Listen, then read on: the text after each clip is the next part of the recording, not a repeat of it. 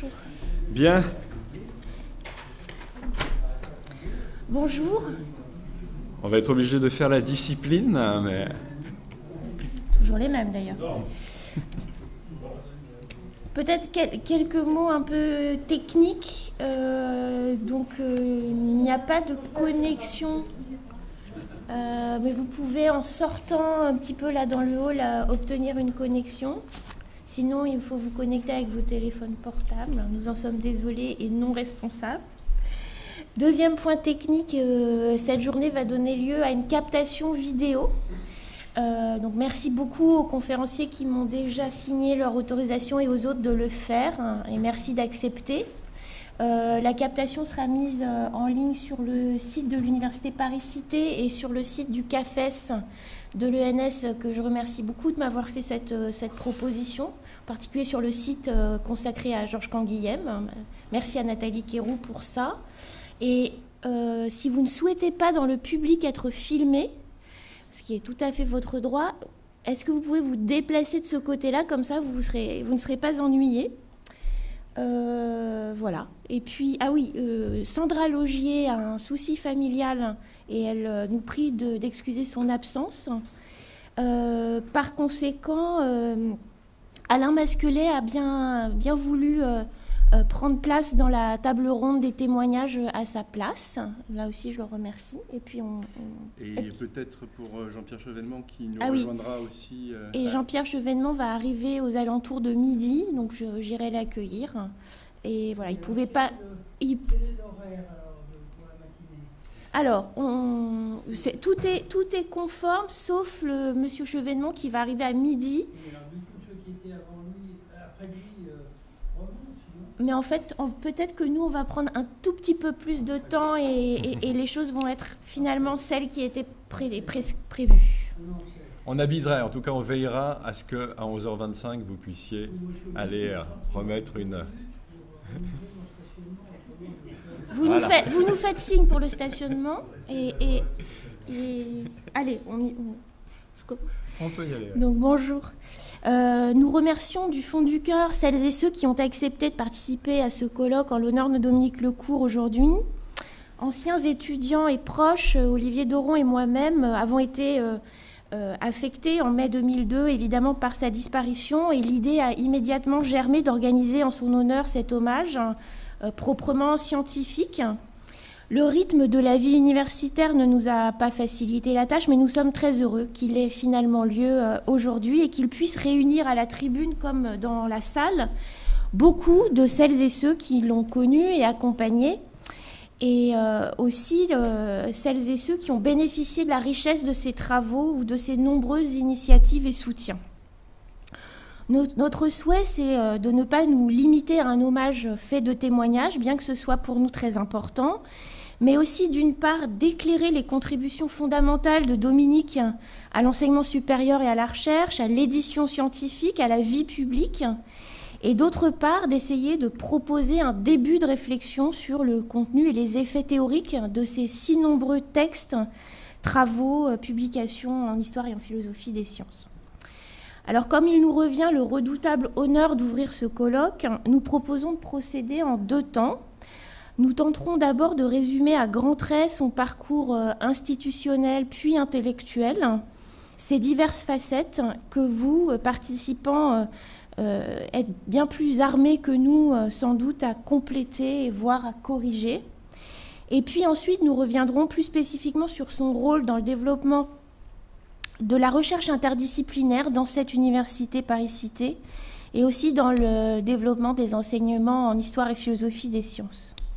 Alors cet hommage, qui a eu lieu grâce à un budget attribué par l'UFR, Institut Humanité, Sciences et Société, l'université Paris-Cité, est aussi d'ailleurs l'occasion de constater que l'interdisciplinarité est à la fois une identité de l'université, un mot d'ordre souvent répété, mais que sa réalité demeure fragile, à trouver une reconnaissance et à trouver toute la place que Dominique s'était efforcé de lui offrir. Mais nous remercions l'UFR pour son soutien, et notamment celui de David Rabouin.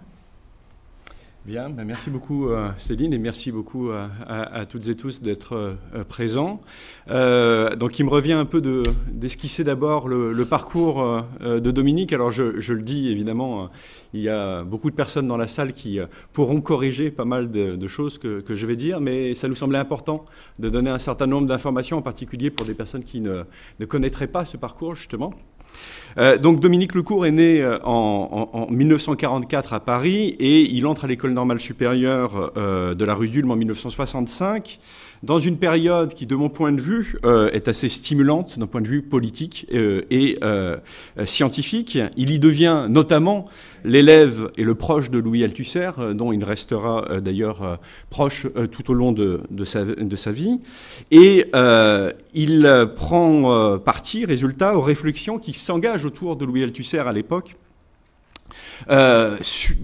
autour notamment des rapports entre philosophie et sciences, et en particulier avec les fameux cours de philosophie pour scientifiques qui sont organisés à l'École normale supérieure en 1967-1968, auxquels assistent entre autres Pierre Macheret, Michel Fichant, Michel Pêcheux, Alain Badiou et Étienne Balibar, ici présent, qui peut-être nous en dira quelques mots. Dominique bénéficie aussi, avec d'autres personnes ici présentes, comme Claude Debru ou Anne-Marie Moulin, des enseignements de Georges Canguilhem, qui dirige son mémoire de maîtrise sur l'épistémologie historique de Gaston Bachelard. Ce mémoire, qui est publié en 1969, a contribué à mettre en avant, sous le nom d'épistémologie historique, une approche qui articule de manière indissociable l'histoire et la philosophie des sciences, attentive aux structures conceptuelles et à leur transformation, ainsi qu'aux ruptures dans les modes de formation des objets et des problèmes scientifiques. Vous le savez sans doute, elle a eu un grand succès, y compris à l'international, cette notion d'épistémologie historique. C'est d'ailleurs en discussion avec cette tradition, discussion un peu critique, que Dominique, encore marqué au départ par une approche marxiste-léniniste, publie en 1972 un texte qui a connu un certain impact, qui s'appelle « Pour une critique de l'épistémologie ». Le fait est que dans les mêmes années, Dominique est aussi quelqu'un qui participe activement au mouvement des étudiants maoïstes de l'École normale supérieure, et c'est un engagement qui lui vaudra quelques ennuis avec les autorités, bref, pendant une période. Dominique entre ensuite comme enseignant au lycée Jean-Baptiste Cortot en 1969, puis il s'engage ensuite dans une carrière à partir de 1973 à l'université, d'abord à Amiens, puis à Paris, où il est nommé professeur à l'université Paris 7 Denis Diderot en 1988. C'est quelque chose sur lequel on reviendra ensuite, ses activités dans cette université. Mais en parallèle, il conserve une importante activité dans la politique de la recherche et de l'éducation, notamment auprès de Jean-Pierre Chevènement, qu'il rejoint au ministère de l'Éducation nationale en 1984. Jean-Pierre Chevènement peut-être nous en dira un mot lorsqu'il nous rejoindra. Il contribue en même temps avec François Châtelet, Jacques Derrida et Jean-Pierre Faye à la fondation du Collège international de philosophie en 1983, et il joue un rôle clé dans le développement du Centre national d'enseignement à distance, le CNED. Et ça, cet effort pour diffuser l'histoire et la philosophie des sciences se traduit aussi par une grande activité éditoriale sur laquelle on reviendra, je pense, cet après-midi. Un point qui, moi, m'a beaucoup marqué quand j'avais un peu regardé son parcours, c'est qu'il a pressenti assez tôt les transformations imposées à la culture par le développement des nouvelles technologies de l'information, et en particulier donc l'informatique, et posé la question des enjeux démocratiques liés à ces développements, ce qui fait que, dès 1985, sous le patronage de Diderot, il lance une encyclopédie informatique à laquelle chacun pourrait contribuer dans le cadre d'une confrontation théorique permanente, quelque chose qui est fort de modernité en un certain sens. Il crée aussi et dirige aux presses universitaires de France les collections pratiques théoriques avec Étienne Balibar et Sciences, Histoire et Société, que beaucoup d'entre nous ont beaucoup lu. Il édite tout un ensemble de dictionnaires de référence et aussi des ouvrages de synthèse, notamment de nombreux que sais-je. Alors, après ce petit parcours rapide, esquissé comme ça, je voudrais revenir un petit peu sur quelques aspects d'un point de vue philosophique de sa philosophie des sciences, quelques esquisses un petit peu.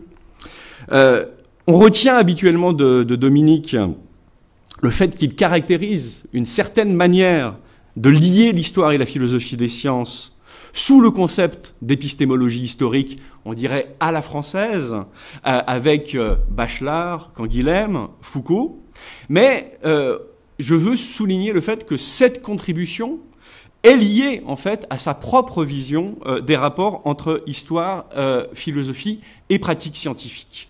Et cette vision, alors ça c'est quelque chose qui est très frappant quand on relit les textes, ne varie pas beaucoup entre 1970 et 1990, alors qu'au départ, elle est fortement inspirée par un matérialisme dialectique d'inspiration marxiste-léniniste très, très nette, et puis s'en détache progressivement pour promouvoir une analyse matérialiste alternative, inspirée notamment de Bachelard et de Wittgenstein. Dominique est un remarquable commentateur des textes philosophiques sur les sciences, que ce soit la tradition épistémologique française, que ce soit les analyses marxistes sur les sciences, ou que ce soit aussi d'ailleurs les analyses du néopositivisme logique et de ses critiques, hein, quelque chose qui fait l'objet de son travail de thèse, L'ordre et les jeux. Mais il ne se limite pas à ce rôle d'exégète. Sans relâche revient un effort qui vise à affranchir l'épistémologie des sciences de toute théorie préalable de la connaissance, qui supposerait un rapport primordial entre un sujet et un objet, qui poserait la question du fondement des vérités scientifiques et soumettrait les pratiques scientifiques à la juridiction surplombante et unitaire de la philosophie.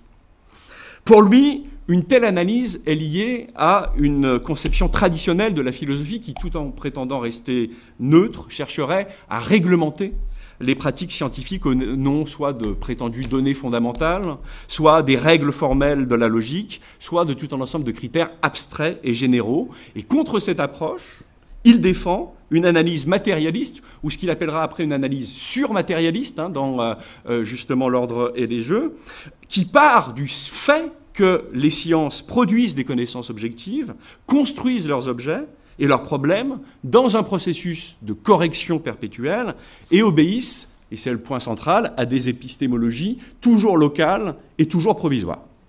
Et il propose d'étudier les processus concrets de transformation des pratiques scientifiques sans prétendre les régenter et les ramener à un fondement imaginaire. Dominique s'efforce plutôt de mettre à jour leurs présupposés silencieux pour les porter à la discussion. Et cette approche porte une double exigence qui est tout à fait caractéristique, me semble-t-il, de sa position, à la fois de considérer comme fondamentalement inséparables l'histoire et la philosophie des sciences, et d'autre part, l'invitation à impliquer la philosophie dans les pratiques scientifiques telles qu'elles se font, pratiquement. Une autre constante sur laquelle je finirai, c'est son attention à la manière dont les sciences peuvent être prises dans des questions politiques ou poser des questions de valeur.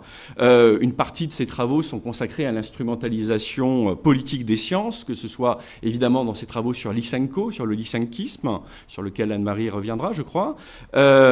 Aussi ses travaux sur les contestations fondamentalistes du darwinisme aux États-Unis, ou encore ses travaux sur l'exaltation des techniques au profit d'intérêts financiers ou de rêveries utopiques, notamment dans le transhumanisme dont parlera Jean-Noël Missa cet après-midi. Il s'intéresse aux imaginaires et aux valeurs qui accompagnent les transformations scientifiques. Et alors ça, c'est le point qui, évidemment, va être de plus en plus marqué ensuite. Il s'engage dans un effort pour préserver un idéal de progrès scientifique et technique non dogmatique dans un contexte, celui des années 1990-2000, où ce dernier se retrouve remis en cause. Peu à peu, sa philosophie évolue ainsi vers la défense d'un idéal rationaliste, critique des mouvements de peur et d'hostilité vis-à-vis des développements technologiques, hein, dans toute une série de travaux comme Contre la peur, par exemple. Et elle se double, sur le point sur lequel je voudrais conclure, hein, de ce qui finalement constituait sans doute l'une de ses orientations profondes depuis le début, qui est une forme de matérialisme libertin dans la lignée de Diderot, qui transparaît dans la plume ironique des piètres penseurs, pamphlets sur les dévoiements de la philosophie médiatique, assénant ses vérités sur le bien et le mal, écartant toute radicalité ou toute remise en question, et qui, je crois, n'a pas perdu de son actualité, ce texte. Ce matérialisme libertin qui refuse les évidences et les jugements moraux, célèbre la liberté d'esprit, se retrouve dans tous ses derniers travaux, que ce soit Diderot, l'égoïsme, et c'est celui que ses étudiants et ses proches ont bien connu, hein, ça c'est clair. Il y avait chez Dominique une ambiguïté que lui-même pointait dans ses lectures sur Diderot. Je le cite, hein, il parle de Diderot, il reflue contre les principes d'adhésion aux valeurs qui structurent sa propre personne et le rôle qu'elle est appelée à tenir sur la scène du théâtre social, disait-il. Hein. Et je ne sais pas si vous avez en tête ce début du texte sur Diderot où il contraste en fait les deux portraits qu'on a à disposition de Diderot, celui où on le voit, je le cite, avec la coupe rose du bon vivant, les yeux enjoueux d'un débatteur, et l'autre qui propose la figure un peu molle d'un secrétaire d'État. Il me semble que Dominique voulait que ce soit la première figure qui prévale pour Diderot, et je pense pour lui aussi, car on peut clairement y voir une forme de description de lui-même. Céline, je te cède la parole. Alors, il faut enfin évoquer donc son rôle crucial dans l'enseignement de l'histoire et la philosophie des sciences à Paris 7, Paris Diderot, et au plan national. Pendant près de 20 ans, il faut se rappeler qu'il a été un enseignant plébiscité par les étudiants de physique de Paris 7. C'est d'ailleurs par ce biais que je l'ai moi-même connu. Il a en outre contribué à créer le département Histoire et Philosophie des Sciences et son DEA, devenu depuis un master que Jean-Jacques Cessignard a longtemps dirigé et qui prenait tout leur sens, un sens évident dans cette université si fortement interdisciplinaire qui réunit sciences, santé et humanité. Mais c'est, on le sait, au plan national que le cours, à travers le rapport qu'il a rédigé en 2000 pour le ministère de l'Enseignement supérieur et de la Recherche, a joué un rôle décisif. Il n'a cessé de plaider en faveur d'une formation à la philosophie des sciences des étudiants et des enseignants, tant en philosophie qu'en sciences, dans le secondaire et dans le supérieur. Son action a porté ses fruits, de sorte qu'une telle formation a été insérée dans les cursus scientifiques d'ingénieurs et de médecine. Il en attendait pour les étudiants la découverte de la pensée scientifique, l'acquisition de l'esprit critique et du sens des possibles, et pour l'université, un regain de l'attrait pour les études scientifiques qui s'étiolaient, et un renouveau profond, puisqu'elle serait enfin capable, selon le modèle d'Alexandre von Humboldt, de penser les implications du progrès des savoirs, que ce soit en politique, en économie ou en éthique. Le rapport Lecours a, on le sait, permis la création de postes de maîtres de conf dûment formés et qualifiés en philosophie des sciences. Ces propositions ont en particulier permis de faire reconnaître la spécificité de l'histoire et de la philosophie des sciences dans les études médicales, au moment où l'insertion des sciences humaines et sociales apparaissait dans les textes réglementaires, mais sous la bannière indifférenciée de la culture générale ou alors préemptée par l'éthique médicale. Pour en revenir à notre université, Dominique a ainsi largement contribué à y faire reconnaître l'histoire et la philosophie des sciences dans les études médicales, notre département étant aujourd'hui porteur de 11 unités d'enseignement à la fac de santé et à l'UFR de médecine. Mais c'est adossé à des recherches interdisciplinaires que le cours prescrivait de développer ces enseignements. À partir des années 90, il a concouru de manière décisive au développement de l'interdisciplinarité ici, entre philosophie, psychanalyse, droit, biologie et médecine. Il a participé à la création de l'Institut de la pensée contemporaine et en son sein à la création de 2 centres interdisciplinaires dont les dotations financières étaient inversement proportionnelles à leur inventivité et leur vitalité, ce qui est toujours le cas. Ce fut d'abord le Centre d'études du vivant, fondé en 1993 et dirigé par Pierre Fédida, puis Dominique Touvenin, Monique David-Ménard, Jean-Claude Ameisen et aujourd'hui Derek Humphreys.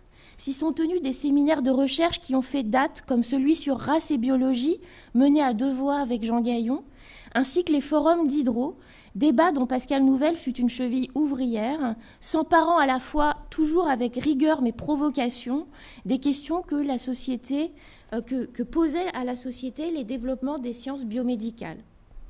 En sont issus, publiés au PUF, une vingtaine de volumes consacrés, par exemple, à la mauvaise foi de la bioéthique, à l'humanisme de la biologie, au rapport psychiatrie-génétique, à la mode de la dépression, à la prescription des drogues ou au défi des maladies émergentes. Ensuite, en 2002, ce fut la création par Dominique du Centre Georges Canguilhem, dont les travaux ont fait porter l'accent sur les questions épistémologiques, philosophiques et éthiques en santé et en médecine. Il y organisa plusieurs colloques et séminaires en collaboration notamment avec l'Académie de médecine sur la mort de la clinique, le principe de précaution ou l'erreur médicale. Là aussi, on reconnaissait son audace. Il créa au PUF la collection des cahiers du Centre Canguilhem, dont Olivier fut le secrétaire éditorial et dont les collectifs sur le corps relégué, la santé face aux principes de précaution, les maladies mentales, la philosophie du dopage, le soin et la subjectivité ou le tri en médecine gardent la trace de ces travaux. Nombre des intervenants à ce colloque ont participé à ces réflexions dans l'un ou l'autre centre, ou les deux, Alain Prochiance, Alain Masquelet, Jean-Noël Missa.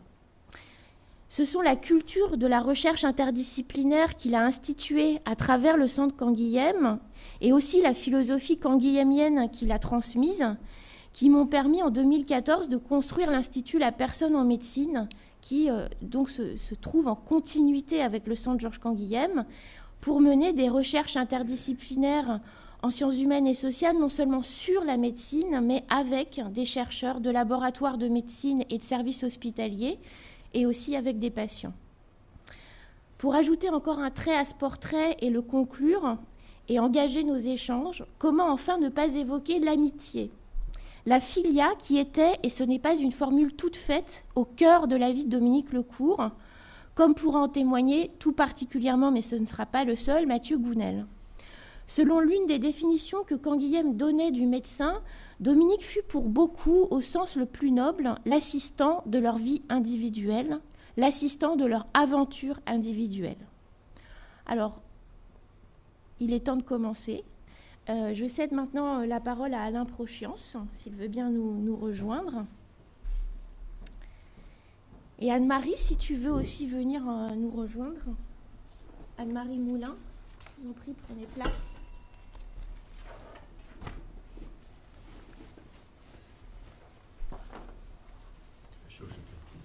Pardon ? Donc, Alain Prochiance est professeur au Collège de France. Plein de mérites. Émérite. Émérite. Même si j'ai toujours mon laboratoire. Donc cette conférence en hommage à l'engagement pour la science de Dominique rassemble des fragments d'un livre que je publierai prochainement. Son titre est « Accident ». Il fait référence à une découverte accidentelle faite dans mon laboratoire dans les années 90 et qui rencontra de nombreux obstacles, certains d'ordre épistémologique, d'autres d'ordre sociologique, car relevant d'un mode de fonctionnement de la cité scientifique qui s'est imposé dans les 30 dernières années. Le propos va à contre-courant de l'idée dominante d'une recherche considérée du seul point de vue d'une entreprise collective et hiérarchisée.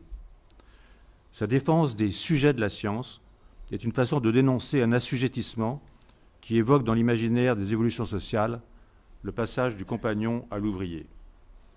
Ce n'est pas là nier l'importance de l'économie ou de l'innovation que de rappeler qu'il ne peut y avoir d'innovation sans invention et que cette capacité à inventer est incompatible avec une science à la chaîne.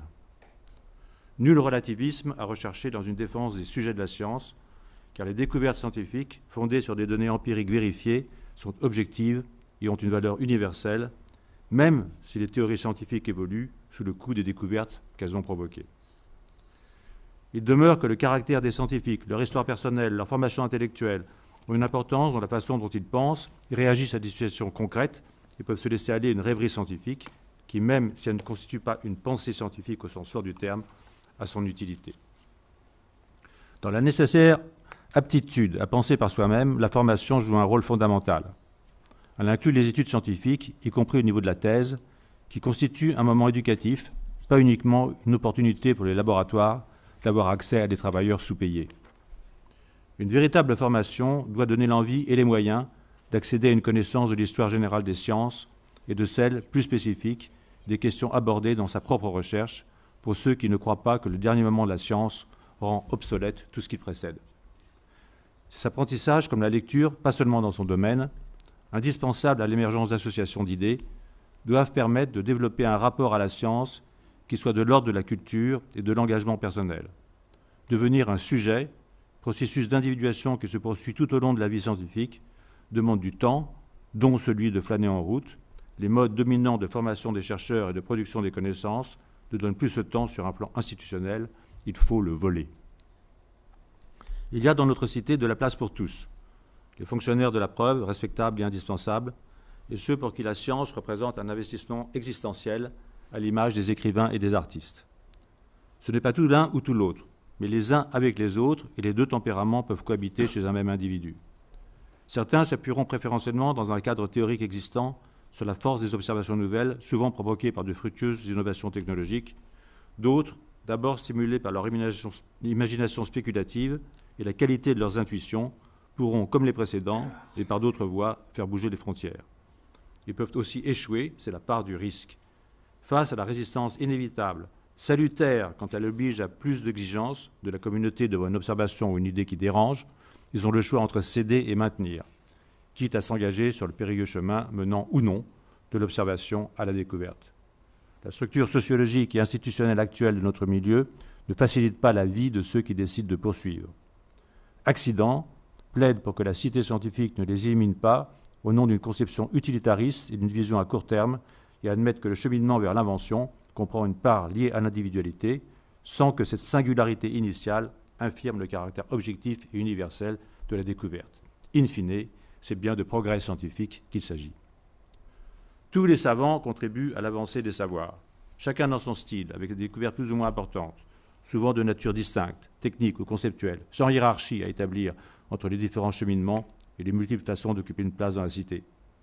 Je ne fais pas ici référence à la distinction entre chercheurs, ingénieurs ou les différents corps de métier, ou aux différentes étapes qui rythment une carrière. En revanche, un point décisif est l'acceptation ou non de se mettre en péril. J'ai entendu une fois Dominique Lecourt déclarer « Il n'y a pas de pensée sans risque » et d'ajouter « La pensée sans risque est un fantasme de mort ». Je cite de tête, et si la mémoire ne me fait pas ici défaut, je soutiendrai avec lui que le risque est au cœur de la pensée scientifique quand elle invente. Ce n'est pas nouveau. Dans l'invention véritable, il y a nécessairement un moment où il faut abandonner la sécurité d'une démarche dans la pure continuité mécanique et même parfois logique du déjà su. Ne plus suivre le sillon en l'approfondissant, même de façon productive, mais, avec Claude Bernard, se jeter à travers champs. On doit le constater, au moins pour la biologie. Les conditions de l'activité scientifique contemporaine sont hostiles à la prise de risque.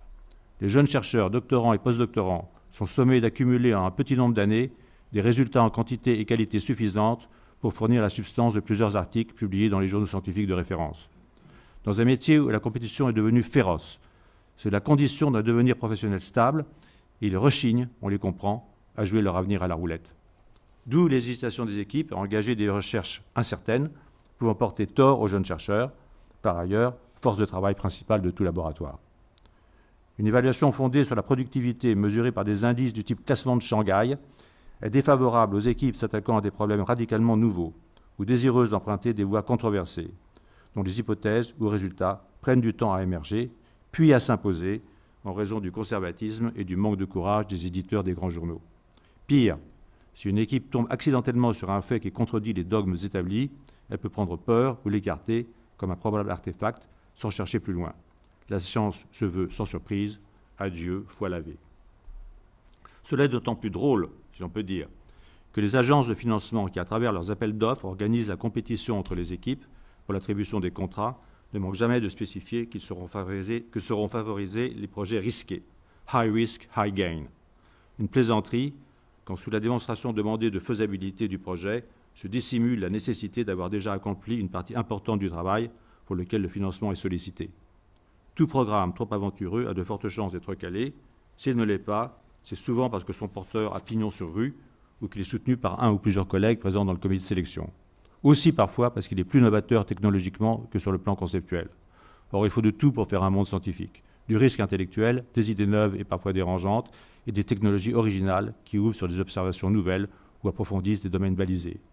Les technologies peuvent aussi faire surgir une donnée imprévue, remettant en cause certaines certitudes. Reste à savoir si on y prêtera attention ou si on regardera ailleurs, avec pour effet que les nouvelles observations contribueront, le plus souvent, pour reprendre une expression classique, à améliorer la bougie, c'est déjà ça, mais ne permettront pas d'inventer l'électricité L'électricité, ce n'est pas la même chose. Ces réflexions ne trahissent pas un caractère atrabilaire, encore que. L'espoir est qu'au-delà des soucis des socio-anthropologues ou des décideurs et financiers, elles trouveront une écoute chez tous ceux pour qui la recherche n'est pas seulement un modeste gagne-pain, mais aussi l'engagement d'une vie. Ce qui me rassure parfois est que d'autres, bien plus malins que moi, ont partagé ou partagent des points de vue proches. Un de mes préférés est Sidney Brenner, prix Nobel de physiologie et médecine, à qui l'on doit quelques aphorismes succulents. Je cite « Les financeurs actuels, les bureaucrates de la science, ne souhaitent pas prendre le moindre risque. De ce fait, pour la financer, ils veulent savoir depuis le début que ça va marcher.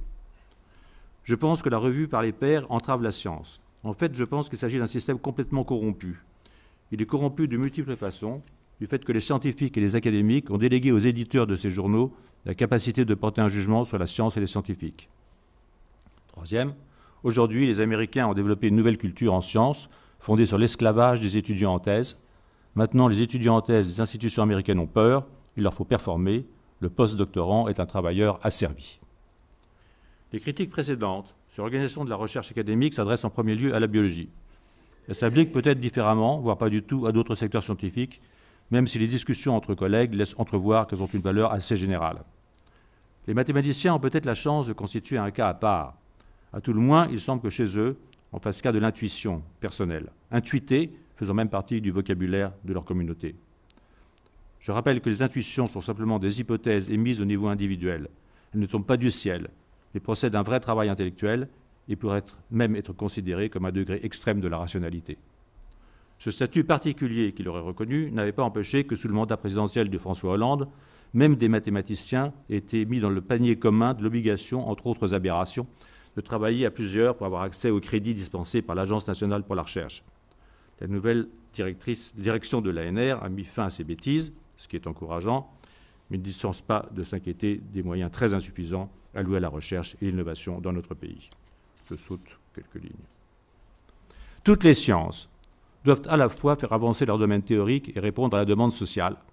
L'aspect de demande sociale est particulièrement prononcé en biologie du fait de son rapport avec la médecine et l'agriculture. Mais aussi parce que, s'il y a bien du théorique en biologie, il n'y a pas, comme en physique, de séparation nette entre le théorique et l'expérimental. La seule théorie constituée et reconnue est celle darwinienne de l'évolution, fondée sur le concept de survie du mieux adapté. Aucune équation, cependant, chez Darwin. L'introduction des mathématiques en évolutionnisme s'étant fait plus récemment à travers la génétique des populations et la modélisation. Les mathématiques en biologie constituent un outil comme le sont la physique et la chimie. Par-delà cette fonction outil, certains pensent que la biologie sera un jour totalement mathématisable, accédant ainsi au statut de science véritable, selon une conception positiviste très réductrice de la définition d'une science. Le trajet le plus court vers cet idéal est de considérer la biologie comme une branche de la physique. Après tout, le vivant n'est-il pas constitué de molécules et d'atomes? Et la biologie ne devrait-elle pas, en toute logique, se physicaliser d'urgence? C'est oublier qu'un objet scientifique n'est pas l'objet lui-même, une cellule ou un cerveau par exemple, mais cet objet est la théorie, elle-même évolutive qui l'entoure, faute de quoi un physicien qui calculerait la trajectoire d'un cerveau jeté dans l'espace pourrait de bon droit se déclarer neurobiologiste. Ne travaille-t-il pas sur le cerveau? Certains aspects de la nécessaire construction d'une théorie biologique du vivant, je les ai déjà discutés dans des livres, donc je n'y reviens pas. Mais je me contente de rappeler en neurobiologiste que pour comprendre le cerveau, il faut partir de sa fonction dans le processus d'adaptation des espèces au cours de l'évolution et des individus durant leur courte vie, leur individuation. Ce sont là des concepts purement biologiques, inopérants en sciences de la matière, même si le vivant cède la matière. Une matière qui se reproduit, se différencie et évolue, ce n'est pas anecdotique. Ces réflexions sont en lien avec la façon dont je me suis constitué en sujet de la science. En rapport donc avec ce qui a permis de mener pendant près de 20 ans une bataille qu'on eût pu croire perdue d'avance contre le rejet souvent fondé sur des arguments valables d'hypothèses mises à l'épreuve dans mon laboratoire. Il me semblait en effet que nos hypothèses s'intégraient bien dans l'idée que la découverte des gènes de développement unifierait les domaines de l'évolution et du développement, créant ainsi les bases d'une théorie proprement biologique du vivant. Convaincu de la nécessité d'une telle théorie, je plaçais nos expériences dans ce cadre, et certaines décisions prises dans les brouillards de la guerre étaient justifiées par l'ambition d'apporter une pierre à l'édifice théorique. Il me semble que ce qui a été possible en 1990, qui a permis à mon laboratoire de se relever de l'accident, ne le serait plus aujourd'hui. J'y vois plusieurs raisons. Une première d'entre elles est qu'il est devenu très difficile de s'écarter du schéma hiérarchique d'un chef dirigeant quelques étudiants et postdoctorants, ingénieurs et techniciens, et parfois un ou deux chercheurs statutaires qui, pour n'être pas chefs, n'en sont pas moins souvent très utiles dans une équipe. Ce formatage peut se justifier pour certains types de recherches, celles qui suivent le sillon, ou plutôt quand les acteurs concernés le souhaitent. Mais il est indéfendable quand il nuit à la créativité scientifique. Certains pensent en solitaire. D'autres ont eu la chance de trouver des compagnons de route avec qui les rapports excluent la dimension hiérarchique, et je ne vois pas pourquoi il faudrait casser par conformisme institutionnel les associations d'individus construites dans la volonté d'explorer des gens nouveaux ou qui ont donné la preuve de leur capacité à produire des connaissances nouvelles. Imagine-t-on un instant qu'on ait demandé à François Jacob, Jacques Monod et André Wolf, le célèbre trio pastorien, un véritable jeu collectif, de se séparer à seule fin d'évaluer ce que chacun valait par lui-même, établir qui était le chef. C'eût été crétin. En recherche, la seule règle qui est valable est « whatever works ». Une deuxième de ces raisons est la vision à court terme, qui prévaut dans l'évaluation et le financement des projets de recherche, même pour les équipes qui ont fait leurs preuves et ne bénéficient pas, pour autant, de la liberté que confère un soutien important de longue durée, comme c'est le cas en Allemagne via les instituts Max Planck. Évaluer est nécessaire, argent public oblige. Mais pour éviter des erreurs, il faudrait que les comités, ceux qui évaluent et ceux qui financent, aient le courage de soutenir des projets difficiles et incertains, donc sans garantie de succès. Pour ceux, on doit être soucieux de juger les travaux sur d'autres critères que leur conformisme et le nombre de publications dans les grandes revues scientifiques dont chacun reconnaît les biais éventuels. Une véritable évaluation, une évaluation haute couture, exigerait que soit pris le temps nécessaire pour lire les articles et pas seulement les compter, comprendre les projets et en discuter sur le fond, qu'un comité débarque, reste 2 jours pour inspecter à la va-vite un grand nombre d'équipes puis reparte après avoir tranché dans le vif, cela est malsain. Sidney Brenner, encore lui, écrivait, on s'en souvient peut-être, « Maintenant, les étudiants en thèse des institutions américaines ont peur, il leur faut performer, le postdoctorant est d'ailleurs asservi. » Excusez pour la répétition. Mais à l'aune d'un tel système, qui n'aurait pas peur? Qui oserait s'engager dans une recherche dont les résultats ne sont pas pour l'essentiel, et sauf accident, connus d'avance? Nous vivons dans une cité scientifique de plus en plus contrôlée. Et cette activité de police a de multiples canaux. Sa forme la plus évidente est la dénonciation anonyme de la fraude scientifique sur un site spécialisé, comme PubPeer. On ne peut nier qu'il y ait des fraudes, et par-delà la dénonciation de cet état de fait, il faut en comprendre les causes, parmi lesquelles le fameux publier ou périr n'est probablement pas en dernière place. Il importe en priorité de refuser cette contrainte qui s'exerce de façon permanente à travers les cursus et les formes d'organisation et d'attirer l'attention sur une situation qui nuit à la sérénité du travail scientifique et de ce fait à sa qualité. Pour ce qui est du cursus académique, je pense en premier au chemin de croix que parcourent les jeunes chercheurs, même les plus talentueux. Le premier vrai contact avec la science a lieu au niveau du Master 1, 4 années après le bac, dans un laboratoire souvent trouvé par hasard, et qui peut donner le goût de continuer. Le Master 2, qui ne peut se faire dans le même laboratoire, c'est le dogme de la rotation, dure une petite année et se solde par un rapport jugé par l'université de rattachement. L'affaire se corse pour ceux qui désirent préparer une thèse d'université et concourir aux bourses doctorales octroyées au compte-gouttes pour une durée de 3 ans sur un projet sélectionné par les jurys d'école doctorale. Cette courte durée exclut que les critères de sélection encouragent la prise de risque. La compétition peut être atténuée par le recours à des contrats quand les équipes d'accueil en ont qui peuvent attester que l'étudiant sera payé 3 années durant. Pas cher. Si tout se passe bien, la thèse démarre avec des évaluations obligatoires effectuées à échéance rapprochée par des comités de thèse pour être certain que le travail sera bouclé en 3 ans. Écriture comprise, et officiellement avec 2 papiers signés en premier auteur. Quand une 4e année s'avère nécessaire, il revient à l'équipe de la financer si elle en trouve les moyens. Sauf rattachement à un projet qui marche déjà très bien, ce qui est exigé est de l'ordre de l'impossible et interdit toute prise de risque pour l'étudiant comme pour l'équipe. En général, le doctorant boucle son affaire avec une thèse parfois excellente si toutes les bonnes fées étaient réunies autour du berceau, mais le plus souvent en fermant les yeux sur les faiblesses. Vient alors la période postdoctorale, en général à l'étranger, si le responsable de l'équipe de thèse a le carnet d'adresses qui convient, et si les publications de thèse sont honorables. Le calvaire recommence alors pour une période de 2 à 8 ans, qui permet ou non aux jeunes chercheurs de se constituer un dossier de publication grâce auquel, 12 ans après le bac, il sera peut-être recruté comme chargé de recherche ou maître de conférence. On l'aura compris, le temps de flâner, pas le temps de flâner, pas le temps d'explorer des territoires inconnus, pas le temps de trouver une question qu'on peut faire sienne. Il s'agit d'être performant. Je renvoie aux commentaires de Sidney Brenner sur la nouvelle culture en sciences. Depuis 1990, il est possible en France, pour un de ces rescapés, de monter sa propre équipe, de ne pas être recruté comme cadre moyen au service d'un mandarin. Ce progrès considérable dans la quête de l'indépendance des jeunes chercheurs a pour défaut que ceux-ci, plus si jeunes que ça, sont jetés dans la compétition pour l'obtention de contrats dont le nombre est limité et dont les thèmes sont souvent orientés. L'ANR joue là un rôle important. Mais les taux de succès sont autour de 24%, Les évaluateurs, sauf exception, continuent de demander que le projet soit assuré ou presque d'aboutir. Il est exact, même si ce n'est pas une consolation, que ce biais sécuritaire n'est pas propre aux instances de financement de notre seul pays. Comment alors attendre d'un individu non suicidaire de s'engager sur des projets personnels et à risque? Ce serait déraisonnable, d'autant plus qu'à cet âge, autour de 35 ans, nombre de ces chercheurs normalement constitués ont fondé une famille, acte méritoire, qui n'engage pas forcément à jouer sa carrière à la roulette russe. Il faut continuer d'être performant et s'efforcer de publier dans des journaux de haute visibilité, condition incontournable pour progresser normalement dans sa carrière et trouver, qu'on me pardonne, le chemin de son propre assujettissement. Rien de très étonnant, cette course éperdue née sur le guidon, interdit de s'attarder sur l'histoire de nos disciplines, voire de lire des pans entiers de la littérature scientifique contemporaine, activité essentielle à la formation de l'esprit scientifique, sans parler du loisir de flâner intellectuellement et d'entretenir un dialogue intérieur auquel peuvent s'inviter des savants amis, certains depuis longtemps disparus.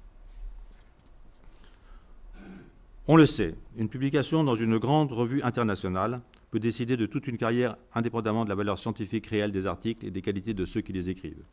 Évidemment, il arrive que certains travaux très originaux aient accès à des revues prestigieuses, en raison même de cette originalité.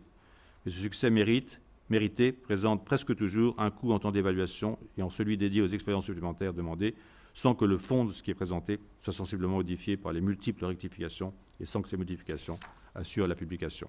Je laisse apprécier à quel point cela peut ralentir l'avancée d'un projet, surtout quand il arrive, c'est fréquent, qu'après 1 ou 2 années parfois de plus de travail complémentaire, le papier soit refusé. Tout ou presque étant alors à recommencer.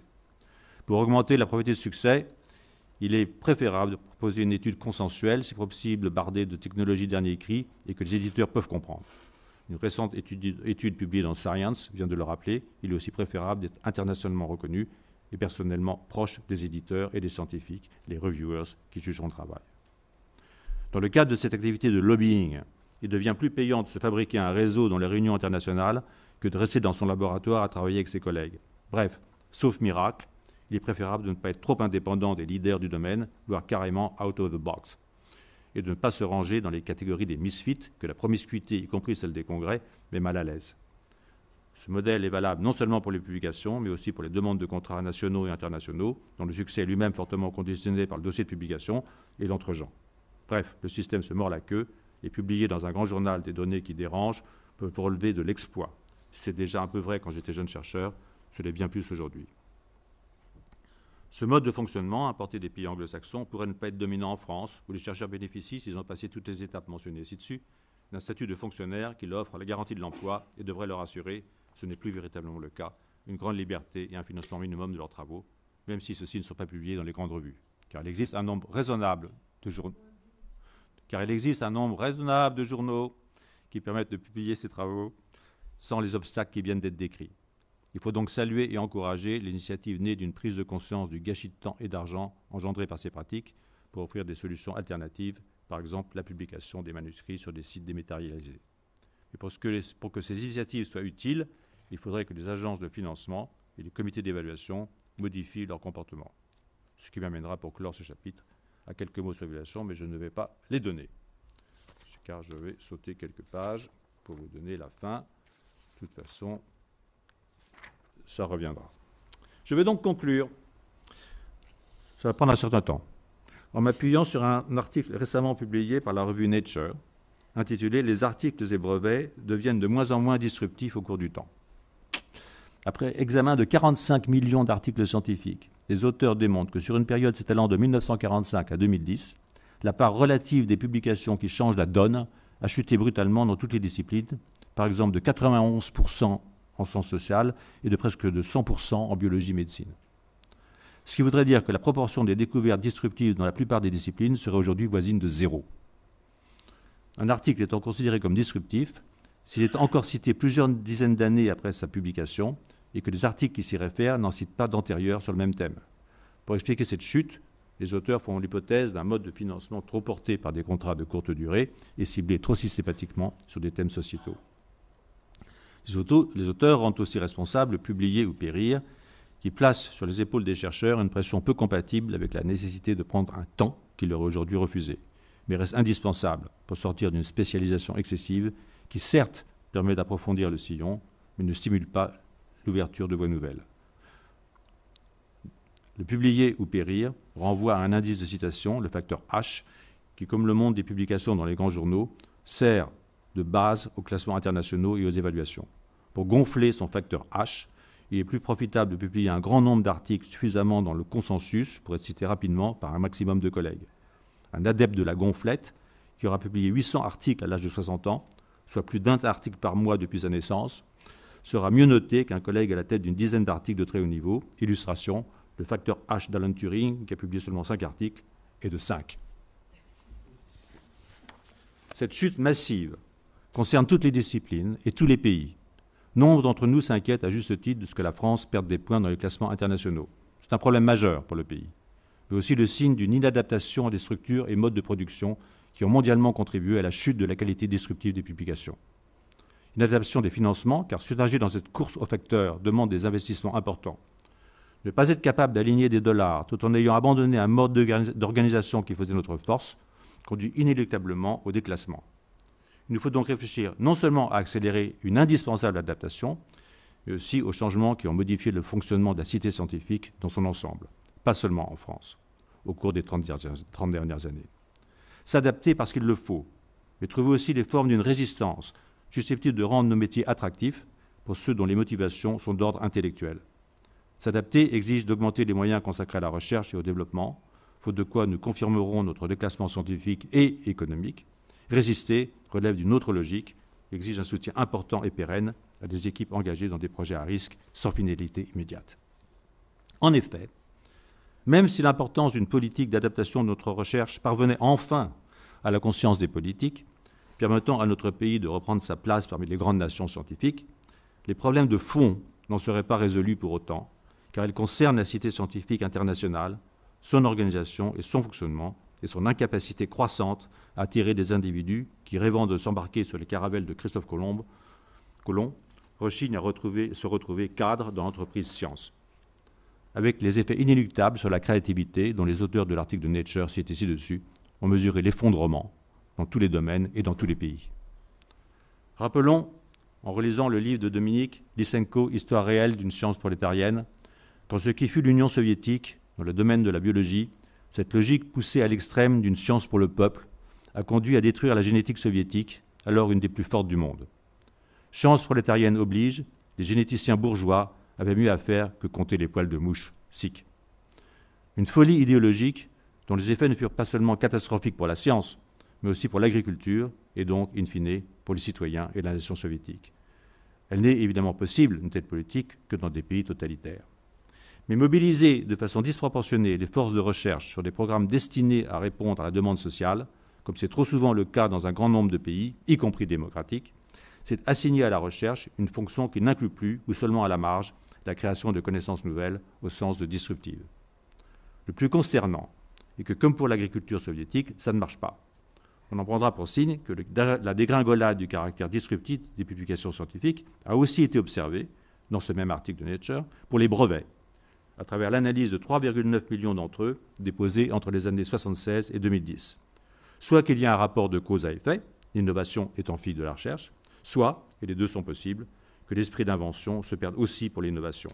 Dominique m'avait glissé le terme de lysenkisme rampant.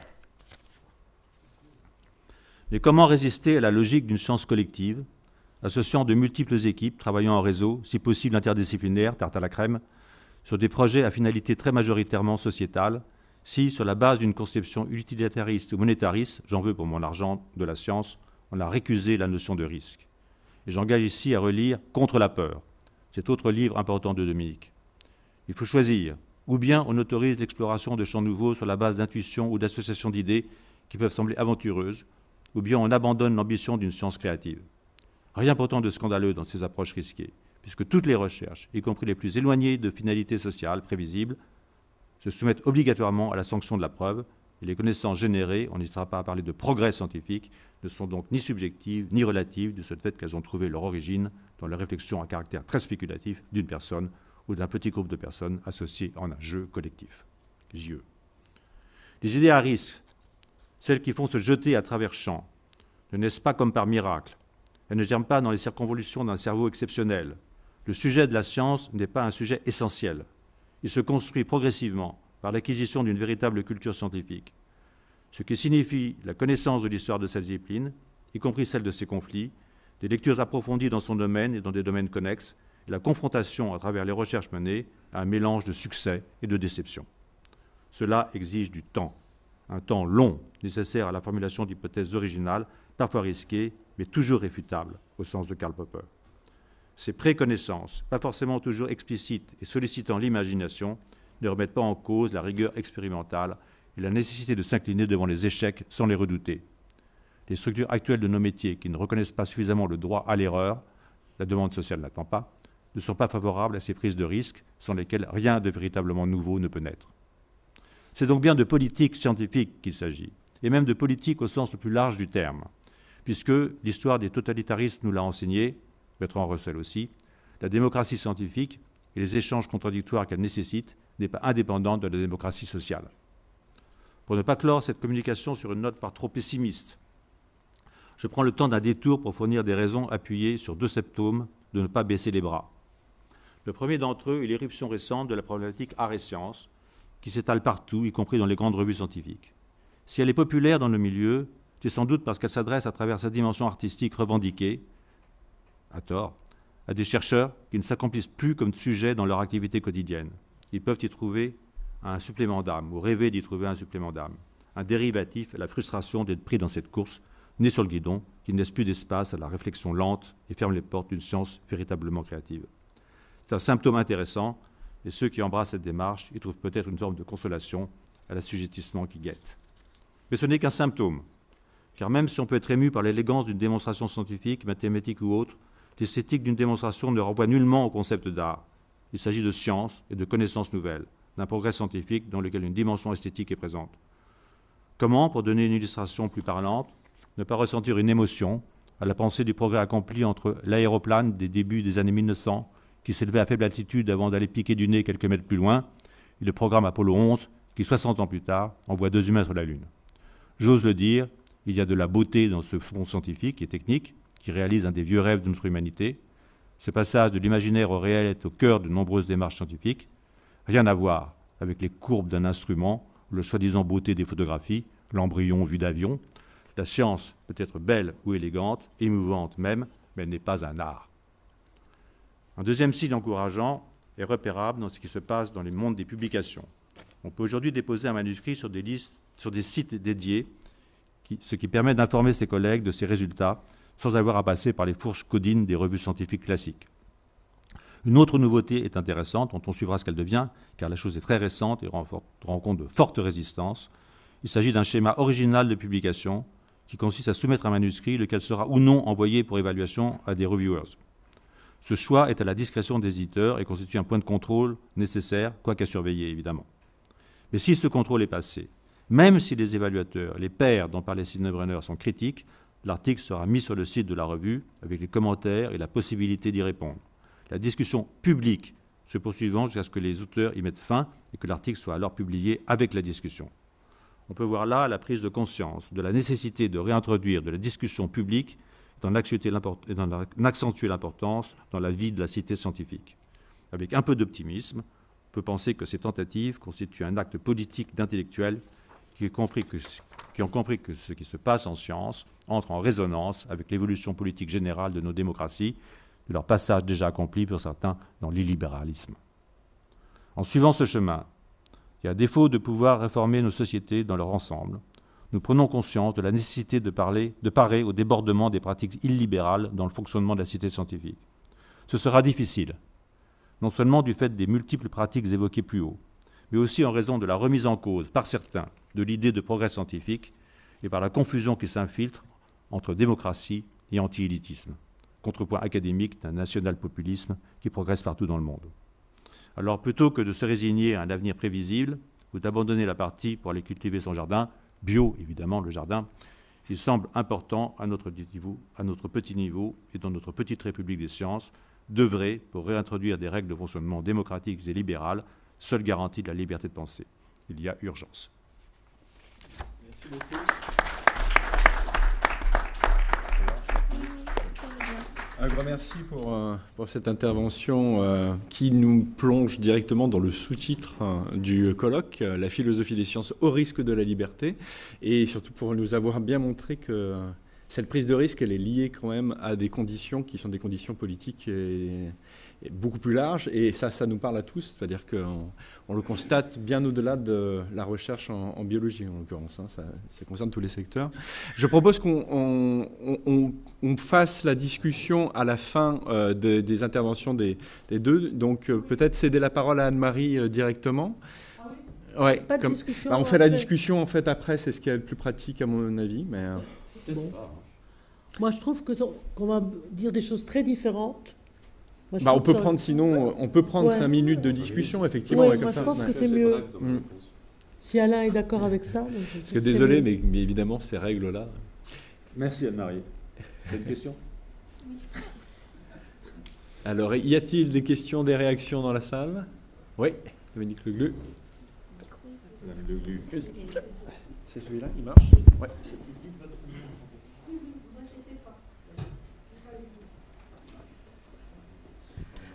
Dominique Leglu, directrice éditoriale Sciences et Avenir, la recherche et éditorialiste à Challenge. Alain, formidable d'avoir dit ça comme ça, directement. Et ma question simple de journaliste, c'est quelle réforme structurelle proposes-tu pour un endroit comme la France, plongé dans l'Europe? J'ai retiré quelques pages. Je propose des réformes structurelles, effectivement, en particulier très fortement au niveau de l'évaluation. Aujourd'hui, l'évaluation, elle est fondée sur des index, elle est fondée sur des interviews de 15 minutes pour évaluer un travail de 5 ans.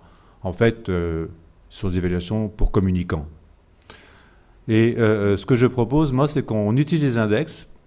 C'est une des choses que je propose pour répondre à la question, qu'on utilise les index pour faire des courbes de Gauss. C'est-à-dire que toutes les équipes peuvent se distribuer sur une courbe de Gauss. Et ne pas évaluer toutes celles qui sont au milieu. Parce que les 80% au milieu, elles sont bonnes. Et d'évaluer juste les bords. Les 10% les plus mauvaises et les 10% les meilleures.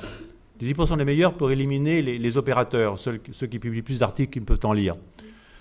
Et puis, dans les 10% les plus faibles, regardez s'il n'y a pas des pépites. Et à ce moment-là, sauvez les pépites. Et puis ceux qui ne sont pas des pépites et qui ne sont pas bons, essayez de voir comment on peut les aider. Évaluer, ce n'est pas surveiller et punir. Évaluer, c'est avancer. Malheureusement, le système actuel, il est fait pour évaluer les 80%, pour leur donner des promotions, un peu plus d'argent, etc. Les 10% les plus bas, on les élimine, et les 10% les plus hauts, on ne les regarde pas. Et c'est aux marges que ça se joue. Moi, ce que je pense, que c'est... Alors, aussi, il y a la politique de publication, il y a toutes sortes de choses. De financement de la recherche, il y a plein de choses qu'on pourrait faire. Mais l'évaluation est une chose extrêmement importante, parce qu'elle est maintenant fondée essentiellement sur des index. Hein. On compte les journaux, comme les articles, qu'on compte les piles de draps dans son armoire normande. Voilà, un truc comme ça.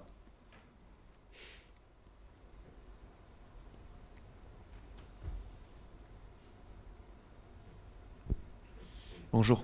J'ai pas d'armoire normande, hein, Dominique. Vincent Bontemps, directeur de recherche au CEA. Philosophe. Je viens de publier un livre qui aborde les mêmes enjeux et je veux d'abord témoigner de ma solidarité avec le discours qui a été tenu. Et dedans, je fais 2 propositions, moi aussi. Donc je voulais savoir ce que tu en penses. La première, c'est qu'il me semble qu'un certain nombre des effets de la nécessité de l'évaluation telle qu'elle est pratiquée sont liés à une massification de la masse des publications qui nuit au stade où on est arrivé, même à la capacité de travail des équipes, parce que le temps qui doit être imparti, d'une part, dans un travail gratuit qui consiste à évaluer les collègues, mais d'autre part, tout simplement à se tenir au courant de tout ce qui se fait dans le temps en termes de nombre d'articles, est devenu quelque chose qui est une charge. Et d'autre part que, du coup, l'idée de recourir à des indicateurs quantitatifs s'impose presque d'elle-même. Et on va arriver à une situation où bientôt, nous allons candidater à des appels à projets rédigés par des IA, à l'aide d'IA, qui seront évalués par des IA, tout ça pour alimenter des classements qui nous donneront des crédits par des IA. Alors en plus, le système commence à arriver à ce niveau-là de massification. Donc ma proposition, j'en dire qu'une seule, parce que sinon ça prendrait trop de temps pour expliquer les attendus de la deuxième. Mais première, que se passerait-il si on décidait que tout chercheur ne peut publier en tant que premier auteur qu'un article par an? Est-ce qu'on n'aurait pas enfin un retour où on viendrait chercher plutôt que la quantité, la qualité, ou pour évaluer ce chercheur, eh ben, on lirait ses articles. Ça ne lui interdirait pas de se distribuer, d'aller aider d'autres de ses amis sur des papiers. Mais est-ce qu'on n'aurait pas est-ce qu'il ne serait pas temps de lutter contre l'inflation? Mais ça dépend des disciplines. Mais par exemple, chez nous, c'est très rare qu'un auteur puisse signer un article en premier plus qu'un article par an en premier. Si signe un article en premier tous les 2 ou 3 ans, c'est déjà très beau. Et c'est pour ça qu'on a inventé ce truc de copremier, où il y a finalement 3 copremiers auteurs, parce que c'est très important d'être premier auteur dans les évaluations. En fait, les gens ne lisent pas. Ce n'est pas qu'ils n'ont pas de lire, c'est qu'ils ne lisent pas. Ils font les informations, non, ils lisent les résumés et les mots-clés, mais ils ne lisent pas, même pas dans leur domaine. Il y a trop de publications, effectivement, pour qu'ils puissent lire dans le domaine. Mais au fond, ce n'est pas l'important. Les publications ne sont pas des moyens de communication de l'information scientifique aujourd'hui. Les publications sont des marqueurs de succès.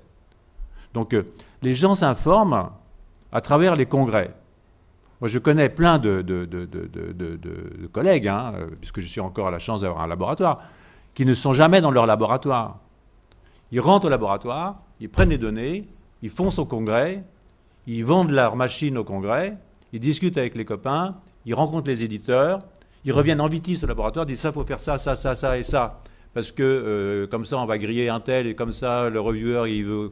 Donc, c'est comme ça que ça fonctionne. Et le résultat, c'est un manque incroyable de formation pour les jeunes chercheurs. Parce que ça devient effectivement de la viande dans la guerre pour la publication. Donc, publier moins, c'est formidable. Je pense qu'on devrait publier beaucoup moins. Mais je ne crois pas que les gens liront forcément plus. Parce que alors, je vais lire ton livre, hein, et puis je te répondrai calmement. Et puis ensuite, peut-être que je t'enverrai le mien, et tu verras qu'il y a des propositions. Et puis on pourra faire un dialogue. Voilà.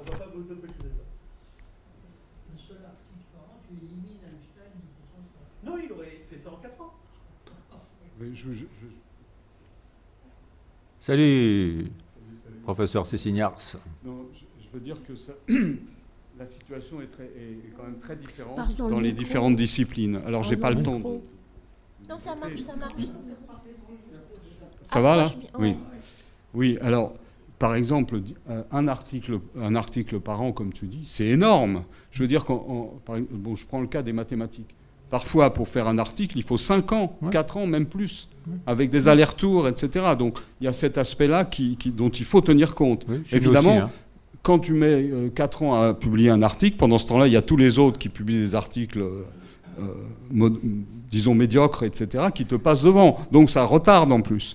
La deuxième chose, c'est que les évaluateurs, c'est extrêmement compliqué d'évaluer un article. Tu dois considérer, tu peux par exemple considérer que tu vas passer minimum 8 jours de travail, et encore parfois 1 mois de travail, pour évaluer un article. Et qu'est-ce qui se passe pendant ce temps-là? Donc c'est pour dire que la situation, il faut la regarder de manière beaucoup plus concrète. La question qui se pose ici, c'est pas la question de l'organisation de la recherche. Je pense qu'on ne va pas discuter de ça dans le cadre d'un colloque en l'honneur de Dominique Lecourt. La question qui se pose essentiellement, c'est le rapport, désolé de ne pas avoir assez insisté, mais ce que j'ai voulu mettre en exergue, c'est le rapport entre l'organisation politique mondiale ou nationale et la façon dont s'organise la façon de produire des connaissances. C'est-à-dire que c'est plutôt, ce qui m'intéresse, c'est plutôt un petit peu le Bertrand Russell, d'une certaine façon. Donc je crois qu'il y a là quelque chose d'extraordinairement grave, parce que ce n'est pas tellement finalement qu'on puisse faire ou pas une carrière scientifique, hein. Ce n'est pas si grave. Mais ce qui est très grave, c'est que la production intellectuelle, et la production scientifique est une production intellectuelle, prennent des modes de fonctionnement qui sont dictés par une façon de fonctionner au niveau politique. Et quand on voit comment ça s'organise aujourd'hui dans le monde, hein, regardez un petit peu la géopolitique, comment ça s'organise, eh bien, on voit très bien un reflet de ça dans l'organisation de la production des sciences, des concepts. Et donc, c'est ça, moi, qui me... Et là, je pense qu'on est en plein dans l'affaire Lecourt, d'accord? On n'est pas dans de la sociologie, de l'organisation, des comités, machin, bidule ou autre. Hein. Je pense que la discussion devrait être plutôt sur ça. On pourrait dire sciences et société, mais c'est une tarte à la crème encore, oui.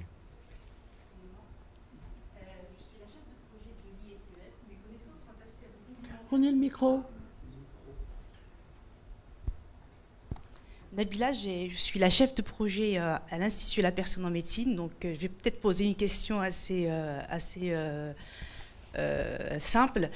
Est-ce que la question, c'est dans la nécessité d'évaluer la production scientifique ou dans le format ou la standardisation de l'évaluation de la production scientifique? C'est tout la même chose. La question, c'est de tenir les deux hanches du panier. Je ne vais pas dire en même temps, parce que c'est malvenu aujourd'hui. Avoir une production scientifique avec des visites sociétales, parce que bien entendu, guérir, augmenter les rendements, c'est important. Mais en même temps, maintenir, pour ceux qui le désirent, une forme de travail qui leur garantit la possibilité de prendre des risques, c'est-à-dire la possibilité de créer. Et ça, c'est fondamental. Ensuite, on évalue, bien entendu, mais pas tous les ans. Hein. En ce moment, ce n'est pas l'évolution permanente, c'est l'évaluation permanente. Donc, on fout la paix aux gens pendant quelques années et ensuite, on voit. Mais c'est ça, c'est-à-dire qu'avoir les deux, c'est-à-dire que je pense qu'aujourd'hui, la possibilité pour un jeune chercheur, et même pour un vieux, encore que les vieux, c'est plus difficile de... Enfin, on peut les mettre à la retraite, hein, si on est un petit peu cruel, mais c'est plus difficile de les emmerder.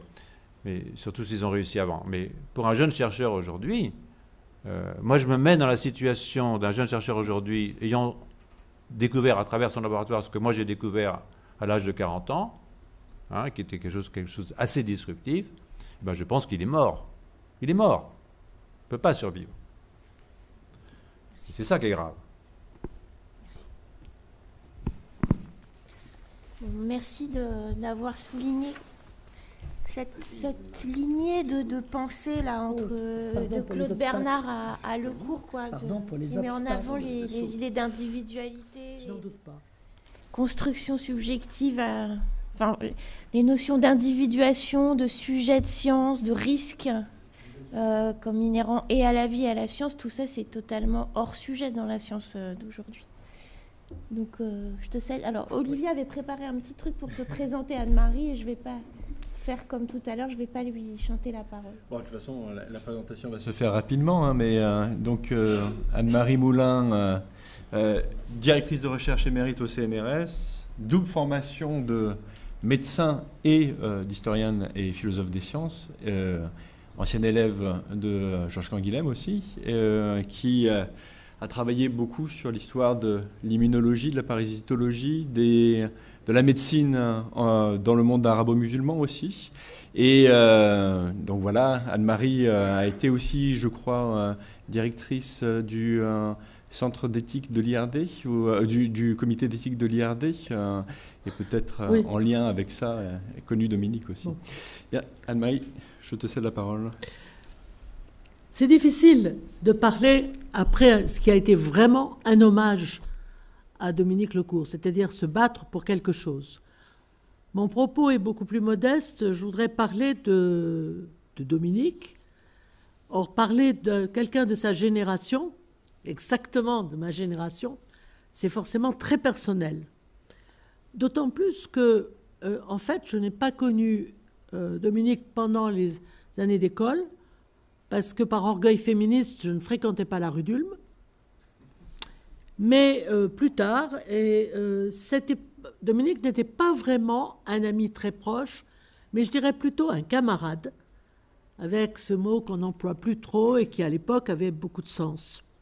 Nous nous sommes croisés à plusieurs reprises, et ce qui fait qu'il y a eu entre nous un jeu de distance-rapprochement qui explique mon titre, à temps et à contre-temps. Et peut-être que nous n'avons jamais établi le dialogue essentiel que j'ai tenté trop tard, quand la maladie commençait à faire son œuvre. Pour moi, Dominique est avant tout un philosophe. Et ça confirme tout à fait, c'est confirmé par l'ensemble des textes qu'il a écrits en 1994 sous le titre « Déclarer la philosophie ». Et il donnait à ce terme « déclarer » beaucoup de solennité. Il se référait non pas à la déclaration d'impôts, mais à la déclaration des droits de l'homme, avec tout ce qu'elle comporte. Je pense aussi que le terme de pratique théorique, qui était très à la mode à cette époque et qui était évidemment avait le prestige de Bourdieu, semblait exactement fait pour lui. T'es pas d'accord? Je crois que Dominique affirmait fortement dans cette déclaration qu'il était et qu'il resterait philosophe, sans se restreindre à l'épistémologie et à l'histoire des sciences, bien que, nous le savons, il a contribué beaucoup à leur développement et à leur enseignement, sans se restreindre non plus à l'éthique et à la bioéthique, sans s'effacer derrière les sciences sociales, malgré tout leur armement d'enquêtes et de statistiques. Quelle était donc sa philosophie, sa définition de la philosophie? Certainement pas la seule histoire de la philosophie. Ne sommes-nous pas, disait-il en 1994, prenant peut-être ses désirs pour la réalité, je cite, « en train de redécouvrir que nulle pensée inventive ne peut en réalité se passer des perspectives que peut lui ouvrir le libre exercice de la spéculation philosophique. » En fait, on est assez proche de la conception du jeune Canguilhem, comme l'évoquait Pierre Macheret. Canguilhem n'est pas le philosophe d'une philosophie, parce qu'il s'est proposé, ce qui est tout autre chose, d'être le philosophe du devoir de philosopher par tous les moyens, en tout lieu et à tout moment, et qui fait face aux valeurs négatives de la pensée et de la vie en se donnant autant que possible les moyens de résister. Dominique était une vedette déjà quand je l'ai connu, avec son DEA sur l'épistémologie historique de Gaston Bachelard, un DEA qui a été immédiatement publié aux éditions du PUF. Autrement dit, le cours devenait tout de suite un classique en travaillant sur Bachelard, le prédécesseur de Canguilhem à la Sorbonne. Canguilhem tendait la main à un étudiant comme un égal. Voilà une attitude peut-être intéressante pour la suite. C'était un travail sérieux, ce diplôme. Il annonçait que l'épistémologie devait être historique comme l'histoire des sciences devait être épistémologique. C'était la grande idée. C'était un coup de clairon, mais aussi une démonstration des talents pédagogiques de Dominique. Et c'était une démonstration aussi de son habileté à exposer des idées. Le travail a d'ailleurs été prolongé par une édition de morceaux choisis de Bachelard.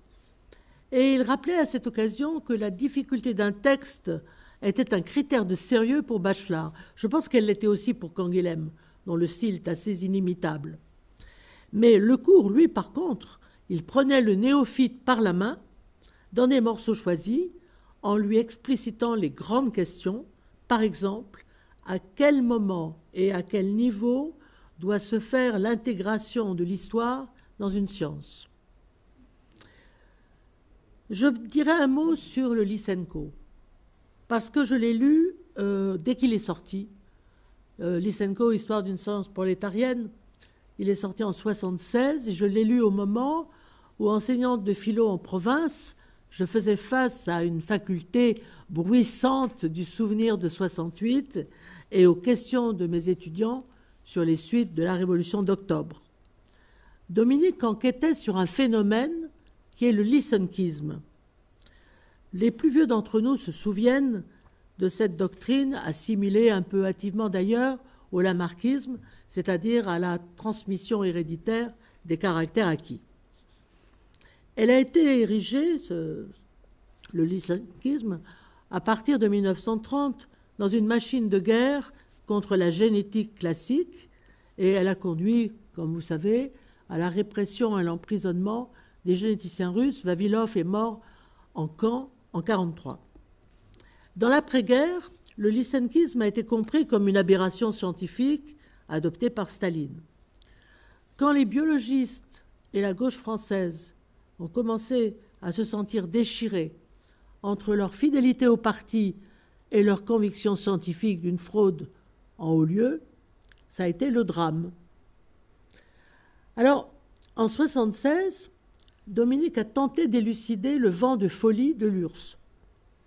Alors, il a essayé de montrer que, alors que la génétique ne produisait aucune innovation intéressante pour sortir du pétrin l'agriculture, le modeste ingénieur agronome Trofim Denisovitch avait proposé une technique qui était connue depuis longtemps, la vernalisation, qui était l'exposition des semences à des conditions particulières de température et d'humidité, afin d'obtenir de meilleures récoltes. Et il prétendait avoir obtenu un certain nombre d'améliorations dans la production. Et ce modeste succès, selon le cours, remporté en Azerbaïdjan puis en Ukraine, le pays de Lysenko, aurait suffi à faire basculer le camp politique d'abord, puis scientifique.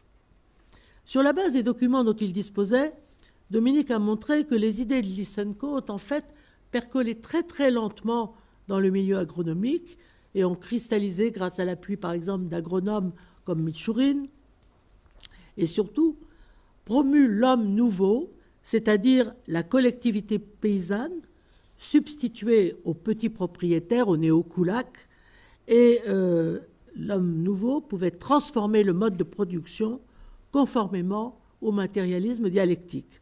Autrement dit, l'innovation de Lysenko, progressivement redimensionnée en une modification générale de l'agriculture, verrait renforcer une doctrine philosophique élevée au rang de science. Relu, je l'ai relu en 2023. Lysenko frappe par la logique d'une démonstration qui entend avant tout sauvegarder les fondements du matérialisme dialectique. Une philosophie, selon Dominique, qui englobe toutes les formes de science et qui est elle-même une science.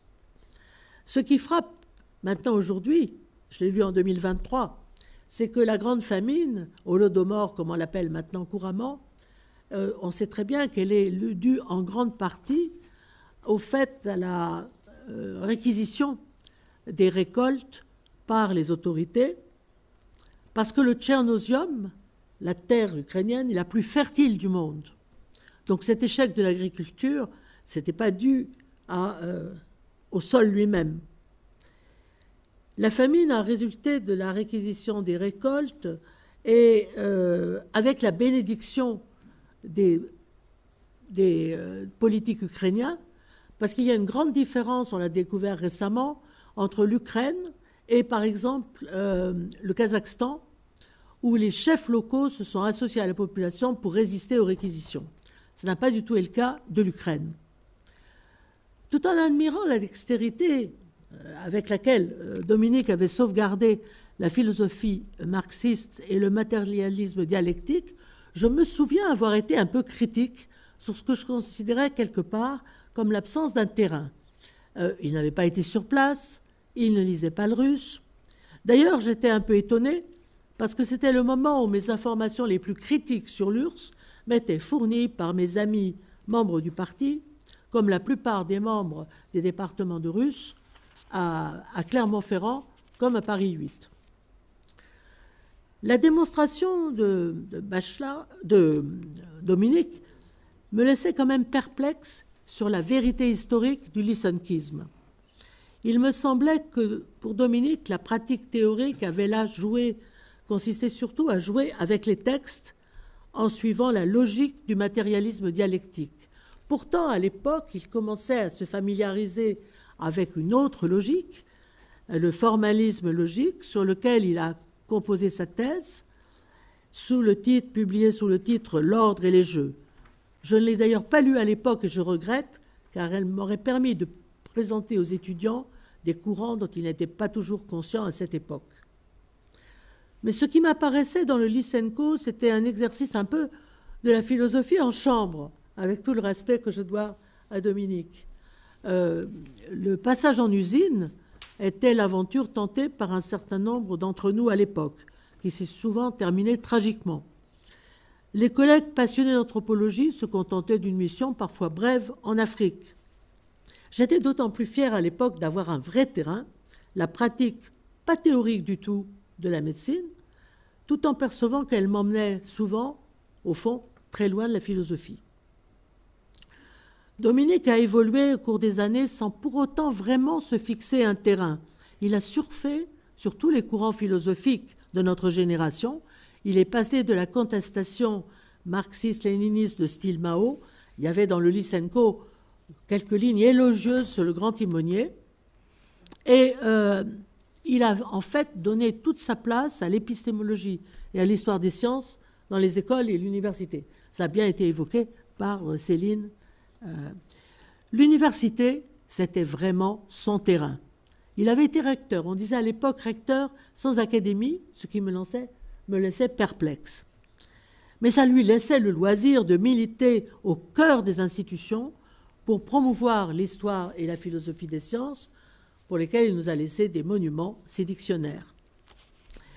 Dans Déclarer la philosophie, Dominique faisait pourtant grief à la philosophie occidentale d'avoir oublié, je le cite, l'apport du monde arabe musulman dont elle savait pourtant être profondément tributaire. Il parlait aussi de simple ignorance par pure arrogance, qu'il s'agisse de la Chine, de l'Afrique ou des Amériques. À intervalles réguliers, nous nous rencontrions et j'appréciais son engagement politique sans faille.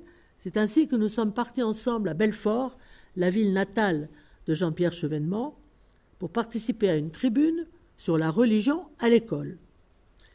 J'avais jadis félicité Jean-Pierre Chevènement pour sa démission au moment de la première guerre d'Irak, et je ne voyais alors pas du tout de contradiction entre la laïcité à l'école et l'apprentissage des religions. C'était le moment aussi où, à la mosquée de la rue de Tanger à Paris, avec beaucoup de collègues, je participais à des échanges avec les fidèles, mais aussi avec un public plus large qui s'y rendait, sur des topos, sur les sciences, et en particulier la science arabe. Et j'ai beaucoup apprécié à cette époque l'Amérique entre la Bible et Darwin, qui, je pense, est une revue excellente sur les questions de la laïcité, donc d'une grande actualité aujourd'hui. Mais en 1999, il me semblait que les roues tournaient dans la bonne direction. Je savais que Dominique entretenait des rapports étroits avec l'Amérique latine. Je me souviens du soutien constant qu'il a apporté à François Delaporte quand il est revenu du Mexique. Je n'ai donc pas été autrement surprise qu'en 2003, Dominique a accepté la fonction de président du comité d'éthique de l'IRD, Institut de recherche pour le développement, ancienne Orstom, Office des recherches scientifiques et techniques d'outre-mer.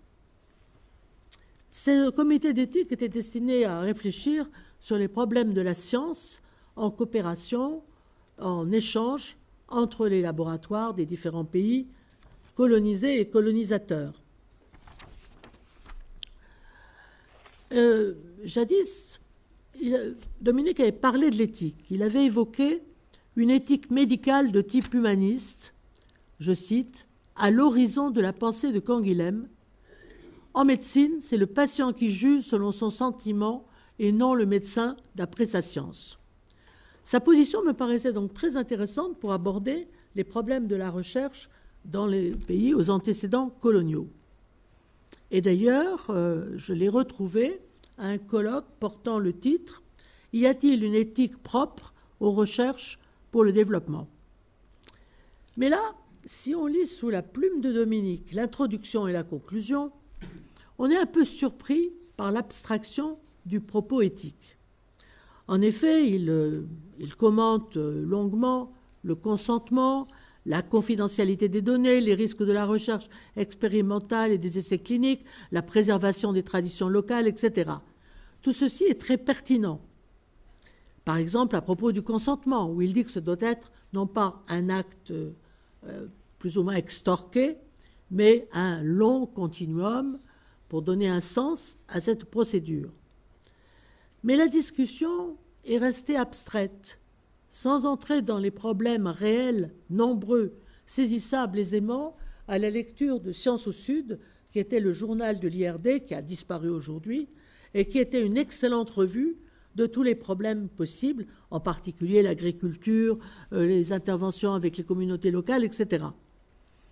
Il était évidemment question des données, des problématiques entre les chercheurs des différents pays, quelque chose qui est extrêmement d'actualité, puisqu'aujourd'hui, avec la crise entre l'Afrique et l'Europe, entre l'Afrique et l'Occident, on assiste à une remise en question totale qui aurait pu peut-être être évitée si on avait pris le taureau par les cornes de cette époque. Il me semblait que, d'une certaine façon, tout était dit abstraitement, mais en même temps, sans s'attarder sur les abîmes sous les mots. Il est vrai que la conjoncture politique entre 2003 et 2010 avait changé, et cela explique probablement, de la part de Dominique, qui pour avoir œuvré dans les institutions, avait finalement discrétion et doigté. Je ne sais pas jusqu'à quel point on n'en a pas pu en parler à l'époque. Il voyait l'éthique comme souvent fourvoyée dans une réglementation tatillonne et desservie par une bureaucratie souvent coupée des réalités. L'éthique n'est pas un enjolivement, c'est un avatar de la philosophie à la recherche de l'erreur. Je ne suis pas sûre que Dominique ait finalement investi toute sa lucidité et son esprit critique à cette époque. Aussi, je ne cacherai pas ma joie quand Dominique, dans le cadre de l'Institut Diderot qu'il présidait depuis peu, m'a invité, depuis 2009, m'a invité à une journée. Nous nous sommes retrouvés, c'était une journée sur l'Iran, et à ce moment-là, nous nous sommes retrouvés vraiment sur la même longueur d'onde, à savoir saisir l'occasion de débattre des problèmes contemporains de l'environnement, les déchets, la pauvreté, l'eau, avec des élus et des responsables iraniens. Le colloque du 23 novembre 2017 me semblait contribuer à un apaisement des relations internationales avec l'Iran comme invité malgré l'embargo. Au colloque franco-iranien qui s'appelait Défi Climat 2020 participaient des responsables iraniens de l'environnement au Mazandaran et au Beloutchistan et des maires comme celui de Bandar Abbas au sud de l'Iran avec lequel j'ai pu échanger en arabe. Pour parler, j'y ai parlé, c'était mon tour, des déchets de la modernité, une urgence scientifique et sociale.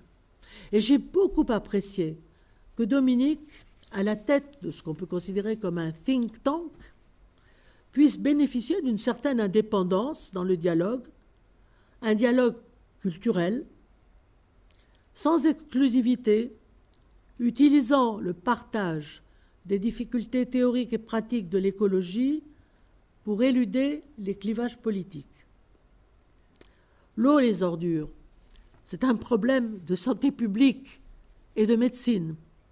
Et comme le disait Canguilhem, la médecine, c'est un parti pris pour la vie. Il entre nécessairement beaucoup de tristesse dans une journée comme celle-ci, où pour donner un sens à notre deuil, nous revenons sur ce qu'a représenté Dominique au cours du demi-siècle écoulé. Dans la tourmente actuelle, je ne peux que me remémorer le rôle de Dominique que comme une vigie, pas une sentinelle, un terme qui est à la mode.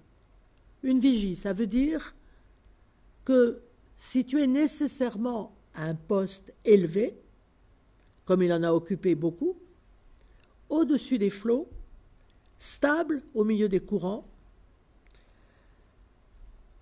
je voulais insister sur finalement la continuité de son œuvre.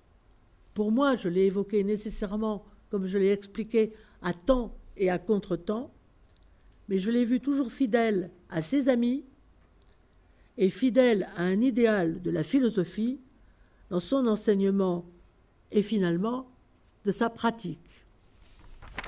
Je vous remercie.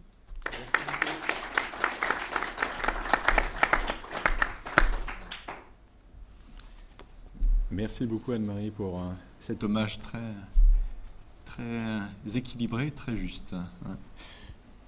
Alors, est-ce qu'il y a des réactions, des questions dans la salle? Oui. Je voudrais m'excuser. Je ne voudrais pas m'excuser, c'est une phrase stupide. Je voudrais prier Anne-Marie de... Les vieux, c'est terrible. Tout à l'heure, t'es pas d'accord? Non, c'est une question qui n'a... C'est simplement que quand nous avons créé en 1981 la collection pratique théorique, Dominique et moi, évidemment, ce que nous avions à l'esprit, peut-être que Bourdieu existe, personne ne le conteste, mais ce que nous avions à l'esprit, évidemment, c'est le fait qu'Althusser, dans des conditions dramatiques, venait de tuer sa femme, de disparaître de la circulation.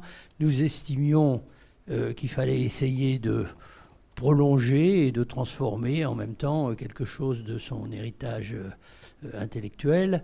Et par conséquent, nous avons proposé, je passe sur les détails, aux presses universitaires de France qui l'ont accepté, de créer une collection dont le titre était évidemment une référence directe au concept central du travail d'Althusser. C'est tout. Excuse-moi encore une fois d'avoir l'air de rectifier tes dires.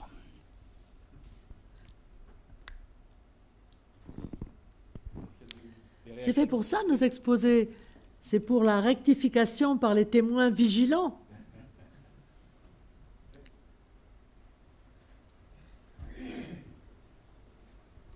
Alors du coup, tu m'en voudras pas, mais je rectifie aussi un truc. En fait, c'est une star avec son mémoire de maîtrise. C'est encore plus fort que ça. C'est pas de maîtrise, ça n'existait pas à l'époque. C'était un diplôme d'études supérieures. T'es sûr? Moi, je pense... Ok. Moi, ce que j'avais retenu, que c'était la première année après la licence qu'il avait fait ça. Pas la deuxième, c'est pas l'équivalent du DEA. Études supérieures, voilà. DES. C'est le DES. C'était DES, absolument. Donc le M1 pour l'engagement. Si j'ai dit DEA, c'est un lapsus.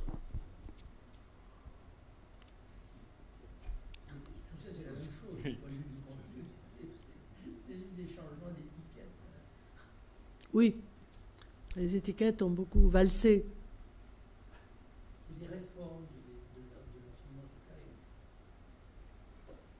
Oui, mais justement, avant moi, il y a eu une démonstration éclatante de la nécessité d'une réforme qui ne serait pas uniquement des changements de mots et des alourdissements de procédures. Autre réaction, question? Peut-être moi, je voudrais juste t'interroger une seconde sur ce que tu évoquais à la fin, c'est-à-dire le colloque franco-iranien qui était organisé. Ça s'inscrivait dans les activités de l'Institut Diderot? Eh bien, justement, j'ai découvert, j'ai recherché un petit peu parce que je voulais finir sur ce moment où je m'étais sentie vraiment en accord complet avec Dominique. Et j'avais trouvé que cette journée était vraiment un grand succès. Donc j'ai cherché sur le site à retrouver, parce que je me supposais que ça avait été enregistré, etc., etc. Aux surprises, je ne trouve rien. Eh bien, ça a été effacé. Et c'est peut-être rien. C'est pas seulement une, comment dire, quelque chose qui... en plus, je n'ai pas gardé beaucoup de notes. J'avais gardé quelques adresses, en particulier les Iraniens avec qui j'avais pu discuter. Mais j'étais très surprise de ne rien trouver. En fait, il semble que le site a été toiletté. Et non seulement le site a été toiletté, mais rétrospectivement, il semble que ce colloque n'avait pas fait l'unanimité de l'Institut. Donc quand je dis que j'étais très contente de me trouver sur la même longueur d'onde, cette longueur d'onde, elle était avec Dominique, mais pas nécessairement avec la totalité de l'Institut. Et ça en disait long, c'était en 2017, et nous sommes en 2023, et nous sommes en présence d'un vide avec l'Iran, sans parler du fait qu'effectivement, l'Iran a fermé le centre franco-iranien, mais quelque part, il était extrêmement important, et il est toujours important, de maintenir un contact. Je suis contre les embargos intellectuels. L'activité de l'Institut Diderot à l'époque, il y avait cette dimension géopolitique sur une ouverture avec l'Iran, effectivement. Oui, ouais. Oui, je pense, mais il semble que l'Iran avait fait l'objet de... et qu'il y avait eu une démission de membres du conseil d'administration à la suite de ça. Donc tout d'un coup, j'ai réalisé qu'en parlant de ça, j'ouvrais plutôt quelque chose de... Je ne sais pas s'il y a des membres de l'Institut dans la salle, mais donc ça réveille un tournant de la politique qui me paraît très dommageable depuis cette date.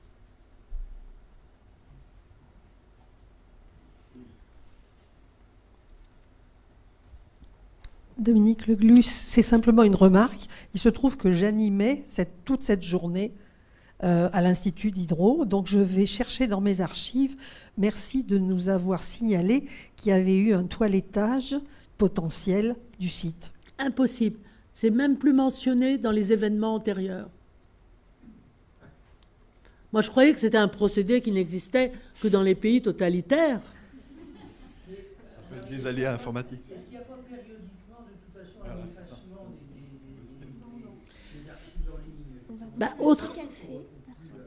Autre effacement, vous avez mentionné, ils ont mentionné tout à l'heure que j'ai plus ou moins succédé à Dominique comme présidente du comité d'éthique de l'IRD.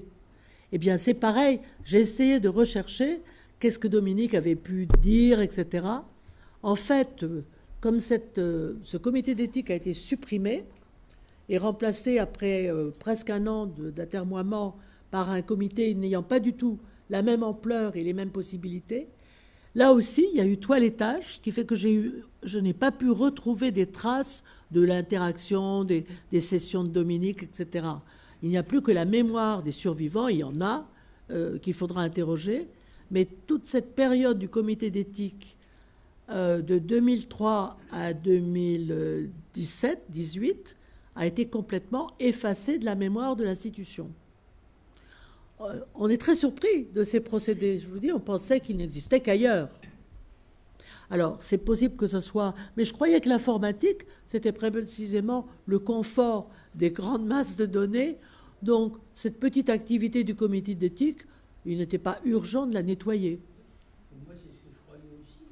Et je découvre de plus en plus, à travers que les archives disparaissent au bout d'un certain nombre d'années.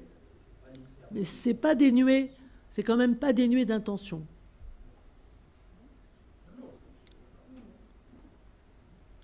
Bien, on peut poursuivre la discussion autour d'un café, donc en haut. Et merci beaucoup, une fois de plus, nos deux intervenants.